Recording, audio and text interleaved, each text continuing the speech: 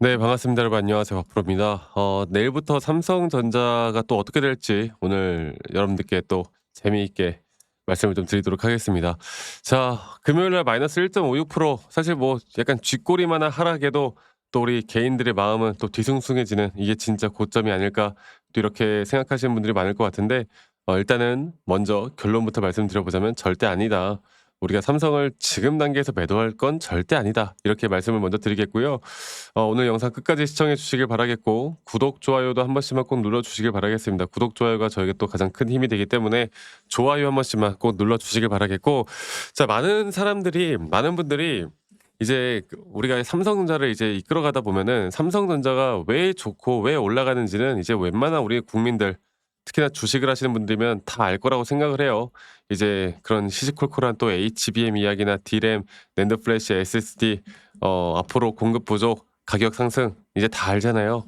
한 수백 번은 들었을 거야. 언론에서도 많이 나왔고. 이제 그러다 보니까 가장 궁금한 거는, 그래서 과연 주가 내가 어디서 매도를 할까? 이게 가장 궁금한 거 아니겠습니까?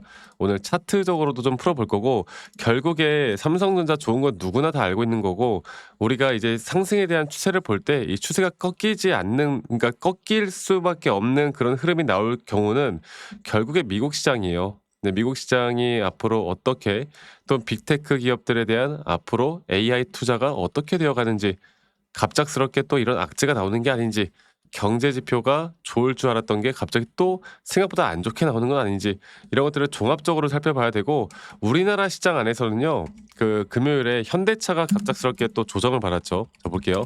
현대차가 이렇게 마이너스 5%, 고점 전전날까지 해서 이제 거의 마이너스 15% 정도 조정을 받다 보니까, 이러한 점들 때문에 이 로봇 섹터들, 피지컬 AI 로봇 섹터들이 다 같이 급락을 했거든요. 근데 이거는 이제 수급이 어느 정도 과열되게 올랐던 부분들에 대한 단순 조정이다. 이런 단순 조정 기간들은 언제든 나올 수 있고, 삼성전자도 그건 마찬가지다. 근데 삼성은 그래도 견고하게 버텨줄 수밖에 없는 게, 사실 떨어질 만한 내용이 없어요. 주가가 떨어질 만한, 주가를 떨어뜨릴 수가 있는 내용들이 없다고. 너무 재료적으로 모멘텀적으로 좋으니까. 그래서 떨어질 수밖에 없는 이유는요, 결국 큰 시장밖에 없다는 걸 제가 항상 강조드리고 있어요. 결국 큰 시장에 대한, 주식시장에서의 돈이 빠져나갈 수 있을 만한 그런 악재들, 그런 것들은 삼성 내부적으로 나오는 악재가 절대 아닌 시장적인 악재밖에 없다라는 걸 제가 말씀드리겠습니다. 그래서 주말 동안 어땠어요? 주말 동안 다시 한국 iShares ETF 시장은요, 1.7% 정도 더 상승을 했어요. 더욱더 놀라운 상승세가 계속 이어지고 있어요. 그런데 빅테크 기업들이 그 인텔 주가가 그 어느 정도 하락을 좀 크게 하긴 했거든요. 그래서 이렇게 인텔 주가가 마이너스 18% 정도 큰 폭의 하락으로, 이 가이던스가 나오자마자 좀 실망스러운 실망 매물들이 쏟아지면서 반도체 지수가 하락을 좀 했습니다. 근데 여러분들, 인텔이 하락했다고 해서 삼성에게 어떤 영향이 있느냐? 저는 그런 거 전혀 없다고 봐요. 오히려 인텔에 대한 하락은 오히려 삼성이나 SK하이닉스를 더 돋보이게 해줄 수가 있는 겁니다. 그렇다고 해서 뭐 엔비디아가 하락을 한 것도 아니고요. 다른 빅테크 기업들이 하락을 한 것도 아니기 때문에, 어느 정도 반도체 지수가 살짝 눌리긴 했지만 이 정도 눌림 가지고 절대 추세가 깨졌다 이렇게 볼 수는 없고, S&P 500이나 나스닥은 오히려 상승 구간을 더 만들어 줬습니다. 네. 오히려 0.28% 소폭 상승이긴 하지만 그래도 괜찮은 모습들이 나왔다라는 거. 결국 한국 ETF 시장은 이런 시장인데도 불구하고 신고가를 또 넘어섰다라는 건, 우리나라 시장에 대한 기대가 아직도, 그리고 또 아직도 저평가되어 있는 부분들이 분명히 있다라는 겁니다. 아시겠죠?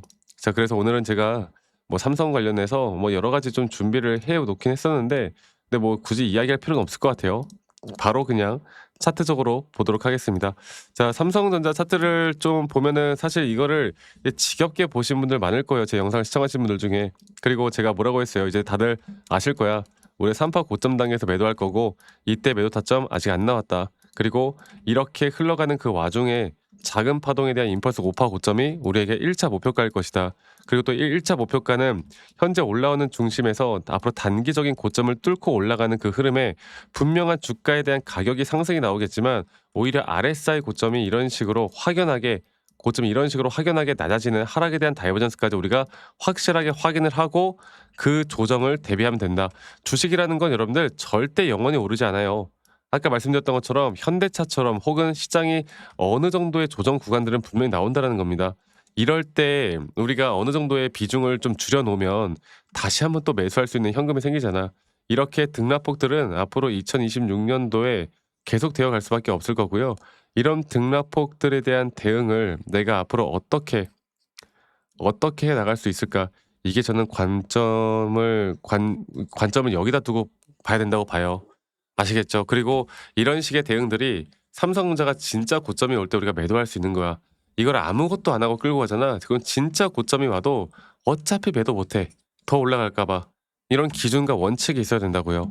그래서 제가 이러한 타점들이 나올 때는 항상 말씀드리지만 제가 라이브 영상이나 또 타점에 대한 영상들을 여러분들과 다 같이 공유를 해 나갈 거고, 또 우리 직장 다니시는 분들 혹은 자영업 하시는 분들 혹은 주부님들 바쁘니까 이거 못 보잖아. 그래서 제가 웬만하면 영상을 찍기 전에 이런 중요 타점들, 중요한 내용들이 나올 때는 문자로 빠르게 알려드릴 거예요. 문자로 이런 매수나 매도에 대한 타점들을 빠르게 알려드릴 거고, 그 부분들은 이 밑에 있는 제 번호로 삼성전자의 삼성이라고 저에게 문자 한 통 남기시면 되겠습니다. 아시겠죠? 남기신 분들 제가 한 분도 빠짐없이 다 저장을 좀 해 놓을 거고, 제가 일괄적으로 안내를 해 드릴 겁니다, 일괄적으로. 그리고 이러한 부분들을 내가 알고 가느냐 모르고 가느냐가 정말 중요하거든요. 많은 분들 꼭 참여하세요. 저와 함께 따뜻한 겨울을 보내실 수 있을 겁니다. 아시겠죠? 자, 그리고 저한테 가끔씩 감사하다고 막 기프트콘이나 선물 같은 거 주시는데 제가 그런 거 받지 않습니다. 여러분들의 구독, 좋아요가 저에게 가장 또 큰 힘이 되기 때문에 구독과 좋아요 한 번씩만 눌러 주시는 거 잊지 마시고 이것만 꼭 참여를 하시면 될 것 같아요. 그래서 "아니 너가 그렇게 타점을 잘 잡으면 너 혼자 하면 되는 거지 이런 걸 왜 공유를 하느냐." 이렇게 또 말씀들을 하세요. 근데 저는 혼자 너무나 잘하고 있고요. 저는 미증시나 또는 코인 시장까지 전반적인 시장을 공부하고 있고, 이렇게 시장을 공부하다 보면 개별적인 종목에 대한 타점을 잡아 나가는 게 어렵지가 않아요. 그래서 저도 마찬가지로 여러분들 제가 항상 말씀을 좀 드리고 싶은 부분이 그런 겁니다. 그러니까 이런 타점을 잡아 나가는 데 있어서 저도 주식 초보 시절에 정말 많은 우여곡절들이 있었어요. 뭐 남들 따라서 매수도 해 보고 남들 따라서 매도도 해 보고 남들이 좋다고 하는 거 남들이 나쁘다고 하는 거 여러 가지를 정말 보고 많이 판단을 해 봤는데, 그러면 그럴수록 손실만 나더라고. 그러면 그럴수록. 그래서 제가 다시 한번 말씀드리고 싶은 건 제가 이런 것들을 극복할 수 있었던 건 첫 번째로 시장을 공부했던 거, 두 번째로 나만의 기준, 원칙을 세워왔던 거, 이게 저에게 가장 중요한 부분이었고, 앞으로도 여러분들과 이런 중요 타점들을 어떻게 잡아 나갈지가 가장 중요하다. 이 말씀을 제가 한 번 더 드리도록 하겠습니다. 그래서 많은 분들 삼성이라고 남기시는 거 잊지 마시고 많이 꼭 참여하시길 바라겠고, 제가 한 가지 더 이야기해 드리고 싶은 거는 자, 우리나라 시장이 금요일 날 그 스테이블 코인 쪽으로 돈이 상당히 쏠렸죠. 그 이재명 대통령이 코스닥 3,000까지 올릴 것이다. 그래서 기관 외인들이 이쪽으로 수급들이 상당히 쏠리는 모습들. 그래서 삼성이 그래서 좀 못 간 부분들도 저는 있다고 봐요.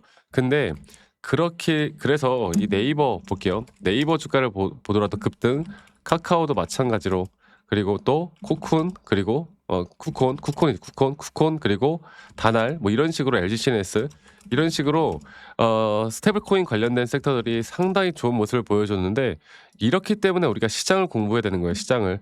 앞으로 삼성은 더 올라갈 거고 고점 매도를 할 거지만 우리가 또 저점부터 올라올 만한 섹터들을 계속 시장을 공부하는 게 너무나 중요하잖아요. 이 시장에 대한 공부와 함께 우리가 또 관심 종목으로 둘 만한 종목들이 또 뭐가 있을까? 이런 걸 항상 생각을 해 봐야 합니다. 아시겠죠?